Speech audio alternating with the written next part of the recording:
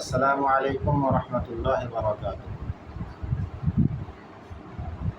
ইন্নাল হামদুলিল্লাহ ওয়াসসালাতু ওয়াসসালামু আলা রাসূলিল্লাহ।